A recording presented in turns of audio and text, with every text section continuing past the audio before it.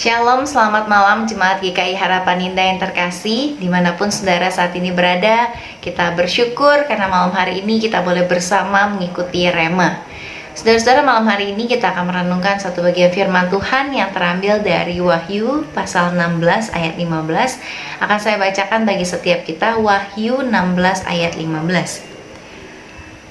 Lihatlah, aku datang seperti pencuri. Berbahagialah dia yang berjaga-jaga dan yang memperhatikan pakaiannya, supaya ia jangan berjalan dengan telanjang dan jangan kelihatan kemaluannya. Demikian bacaan firman Tuhan kita malam hari ini. Saudara, saya beri judul renungan kita malam ini adalah menyambut pencuri. Ya, pencurinya saya kasih tanda kutip ya, menyambut pencuri. Saudara-saudara, saya yakin setiap kita pasti pernah kedatangan tamu. Walaupun di masa COVID-19 ini ya, kita hampir tidak pernah mendapatkan tamu, yang memang dilarang untuk bertamu. Tapi sebelumnya pasti kita pernah kedatangan tamu. Baik itu tamu yang sudah janjian lebih dulu, tapi ada juga tamu yang datang secara tiba-tiba ya. Ya, biasanya sih kunjungan pelawatan juga kadang-kadang dilakukan secara tiba-tiba ya, Pak Pendetanya datang tiba-tiba. Nah, saudara-saudara, ketika ada tamu yang datang tiba-tiba, kita tidak siap ya untuk menyambut tamu. Ada keadaan yang tidak siap, ada berbagai perasaan di sana. Nah, saudara, apa bedanya kita kedatangan tamu yang tiba-tiba dengan kita kedatangan pencuri? Ada kesamaannya nggak, saudara? Kalau kedatangan tamu yang tiba-tiba dengan kedatangan pencuri, ada kesamaannya nggak? Ada ya, apa itu? Sama-sama tidak terduga, sama-sama nggak terduga kapan datangnya, kita nggak tahu karena memang tidak ada janjian. Apalagi dengan pencuri, kita nggak mungkin janjian ya. Kita nggak tahu kapan datangnya, jadi ada keterkejutan yang sama. Tapi ada perbedaan yang mencolok tentunya. Ya, perbedaannya jelas. Kalau kedatangan pencuri itu adalah satu bahaya, satu hal yang tidak menyenangkan, satu hal yang ada bahaya di situ yang biasanya berkaitan dengan kehilangan ya. Kehilangan apa? Kehilangan barang yang berharga bagi kita. Nah, saudara-saudara, menarik sekali kedatangan Kristus kedua kali seringkali digambarkan seperti pencuri. Seperti di ayat yang tadi kita baca ya, lihatlah aku datang seperti pencuri. Seperti pencuri. Saudara, kenapa kedatangan Kristus kedua kali sering diidentikan dengan kedatangan pencuri? Kenapa nggak digambarkan seperti kedatangan tamu yang tiba-tiba? Kalau esensinya adalah untuk menggambarkan kedatangannya yang secara tiba-tiba, yang tidak terduga, yang tidak ada satupun yang mengetahui, kenapa tidak digambarkan seperti kedatangan tamu yang tiba-tiba? Toh sama-sama tidak terduga. Tapi kenapa harus pakai kata pencuri? Nah, saudara, menarik sekali, ditambah lagi di dalam ayat yang tadi kita baca. Kalau saudara setelah renungan ini mungkin boleh baca kelengkapan dari seluruh pasalnya, saudara akan melihat bahwa ayat itu ada dalam satu perikop yang membahas tentang cawan, penumpahan 6 cawan sebelumnya ya. Dan kemudian ada singgung soal perang Harmagedon. Jadi saudara-saudara, kedatangan Kristus digambarkan seperti pencuri, tidak semata-mata untuk menggambarkan kedatangannya yang tidak terduga. Iya, jelas memang kedatangan tidak terduga, tidak ada yang tahu. Tapi di sisi lain, kedatangan Kristus yang kedua kali juga ada unsur bahaya. Ada unsur, kenapa pakai pencuri? Karena emang mau menekankan ada sesuatu yang berbahaya. Bagi mereka yang tidak siap, mereka akan kehilangan apa yang dianggap berharga, apa yang paling berharga bagi mereka. Bagi mereka yang tidak siap akan kehilangan.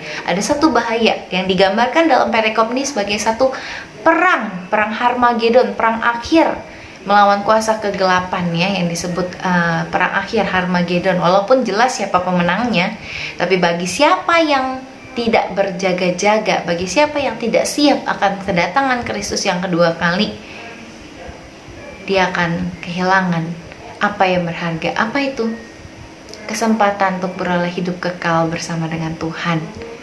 Kesempatan yang sangat berharga, yang paling berharga, akan hilang kalau tidak siap. Nah, saudara-saudara, tapi bagaimana kita sebagai anak-anak Tuhan yang sudah sungguh-sungguh mengikut Tuhan, bagaimana kita bersiap untuk menyambut kedatangan sang pencuri ya, kedatangan Kristus yang kedua kali? Bagaimana kita menyambutnya? Saudara, kita boleh melihat dalam satu bagian firman Tuhan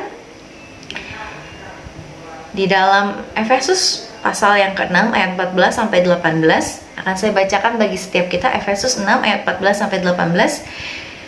Jadi berdirilah tegap, berikat pinggangkan kebenaran dan berbaju jirahkan keadilan. Kakimu berkasutkan kerelaan untuk memberitakan Injil damai sejahtera dalam segala keadaan.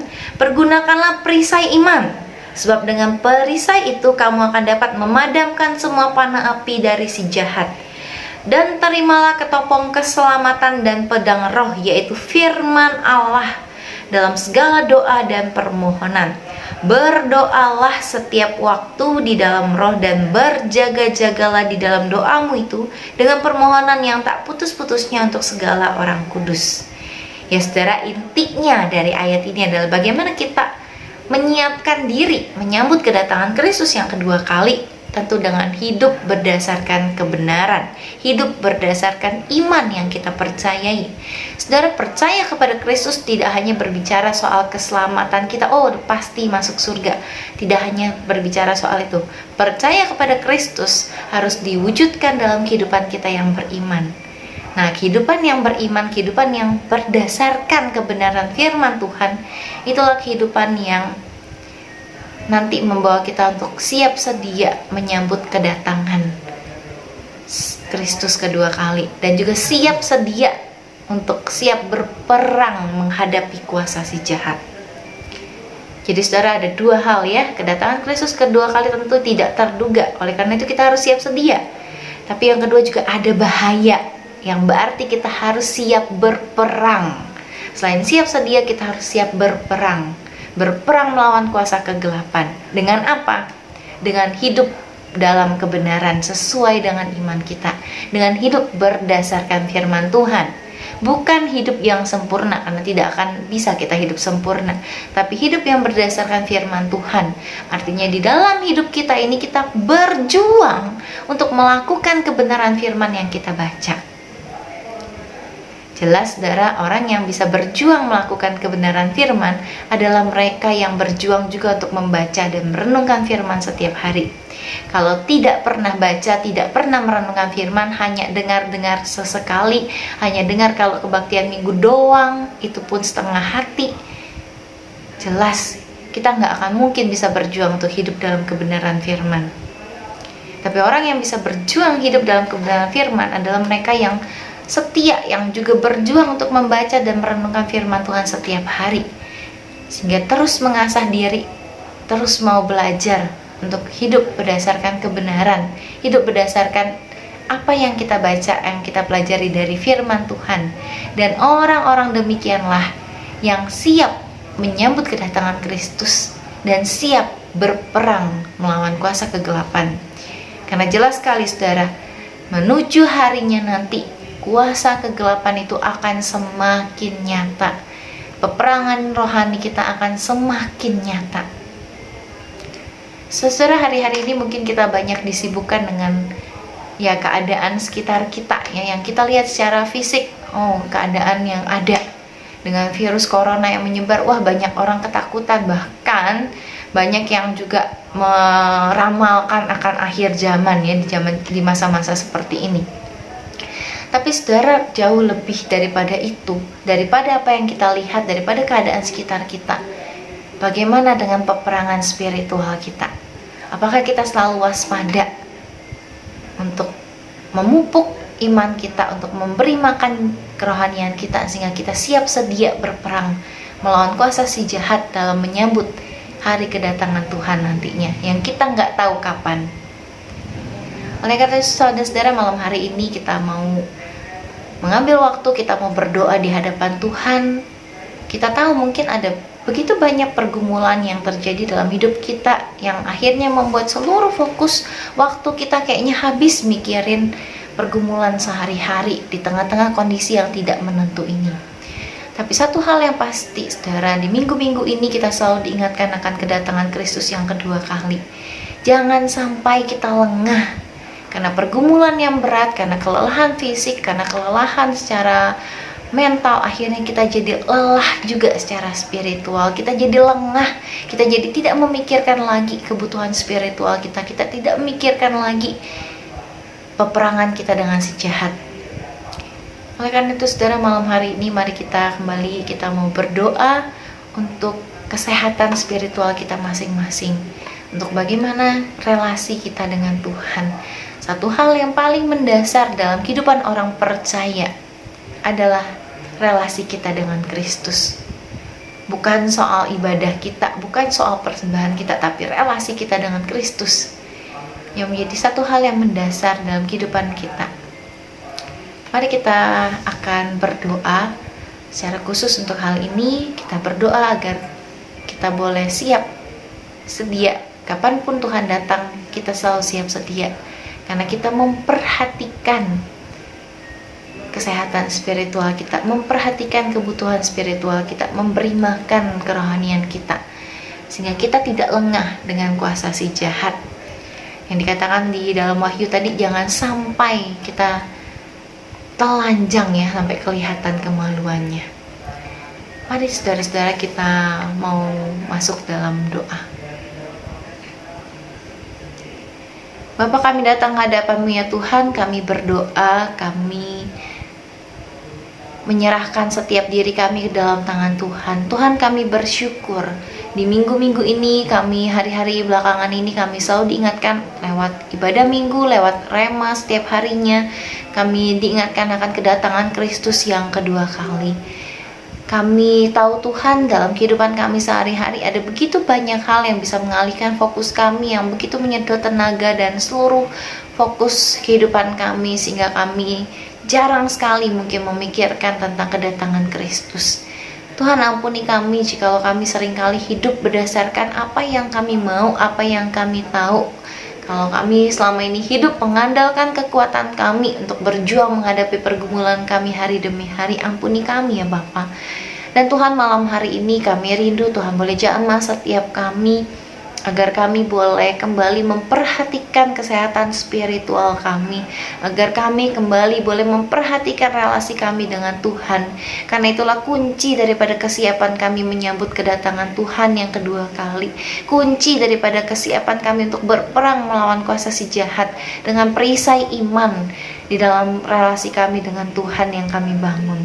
Tuhan, tolong setiap kami Tuhan, jikalau ada banyak anak-anak-Mu yang di masa-masa seperti ini begitu kesulitan membagi waktu, sehingga jarang sekali meluangkan waktu untuk membaca firman, belajar firman, bersaat teduh, merenungkan waktu bersama Tuhan. Kami mohon Tuhan, kiranya boleh berikan kami hikmat, berikan kami kembali kerinduan, untuk kami boleh mengambil waktu menikmati persekutuan dengan Engkau secara pribadi ya Tuhan, persekutuan dengan kebenaran firman yang menjadi pedoman dalam kehidupan kami. Tolong kami ya Bapa, bawa kami kembali. Dan mungkin juga ada di antara kami yang rutin membaca firman, tapi kami merasa ada sesuatu yang kurang. Kami merasa itu menjadi satu rutinitas yang tidak lagi menyirami jiwa kami. Kami mohon kiranya Engkau yang boleh tolong kami juga ya Bapa, biar kami rindu. Tuhan sendiri yang boleh jamah kami, biar hati kami yang haus dan lapar akan kebenaran firman boleh kembali disiram, agar firman yang kami baca tidak berlalu begitu saja, tidak menjadi satu rutinitas yang membuat kami tidak menikmati lagi relasi dengan Tuhan. Tapi kami rindu Tuhan, Kau jamah kami kembali, agar kami boleh kembali merasakan cinta kasih Tuhan yang besar lewat kebenaran firman yang Tuhan nyatakan dalam kehidupan kami. Kami juga berdoa kiranya Tuhan sendiri yang boleh menolong agar setiap jemaat Tuhan boleh kembali menikmati relasi pribadi dengan Tuhan. Dan kami percaya Tuhan, ketika relasi kami dengan Tuhan baik, maka kehidupan kami yang lain, bidang-bidang kehidupan kami yang lain pun akan boleh menikmati penyertaan, akan boleh melihat bukti cinta kasih Tuhan di setiap aspek kehidupan kami. Tolong kami ya Bapa, di tengah-tengah segala perjuangan kami menghadapi kehidupan pergumulan hari demi hari, biar kami boleh tetap menikmati ada tangan yang setia yang boleh menuntun kami hari demi hari. Terima kasih Tuhan, sekali lagi kami bersyukur untuk kebenaran firman-Mu. Di dalam nama Tuhan Yesus Kristus kami berdoa. Amin.